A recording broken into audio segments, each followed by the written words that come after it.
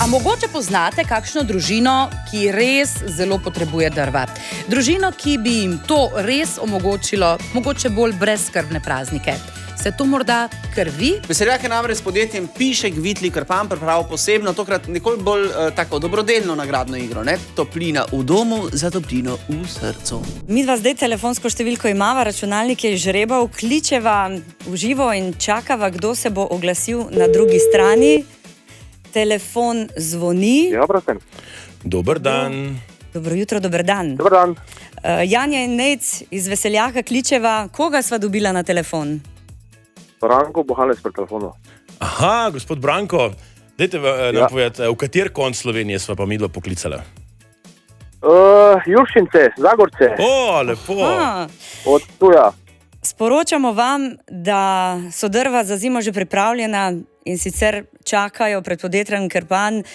Vi ste bili žrebani in vi ste tisti, ki vam bomo v ponedeljek ta drva tudi pripeljali na dom v Juršince. In da vam ne bo treba več skrbeti, da bo zima mrzla, ker ne bo mrzla, ker boste dobili 8 kubičnih metrov drv.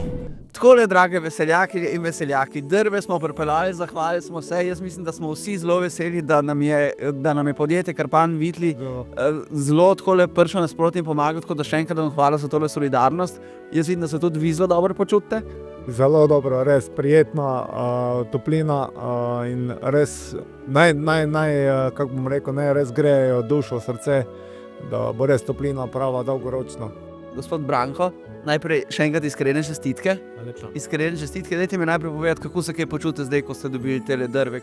Zagotovo se počutim dobro, zaradi tega prvo kot prvo, ker imam dobre prijatelje, drugo kot drugo, ker strani organizatorja. Drva so tudi malo svojo ceno, tako vse je treba ceniti pa spoštovati. Ne? Meni je učiteljica v osnovni šoli napisala en vers. Smisel življenja ni v tem, kar imaš v rokah, temveč kar lahko storiš. Recimo, ne? Nikoli ne smeš obupati. Recimo, meni je vprašala zdravnica, če sem se svojo z boleznijo sprijaznil, pa sem rekel ne. Je rekla, to pa ni v redu, veš.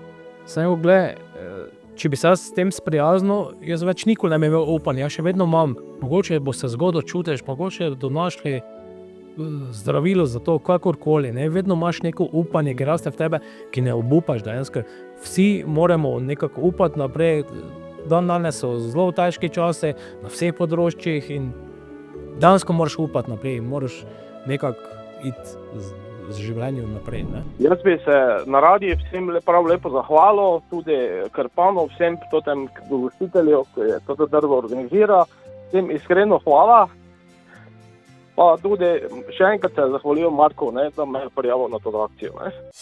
Naj za toplino v domu poskrbi rezalno-cepilni stroj Krpan, za toplino v srcu pa brezskrbni trenutki z najdražjimi.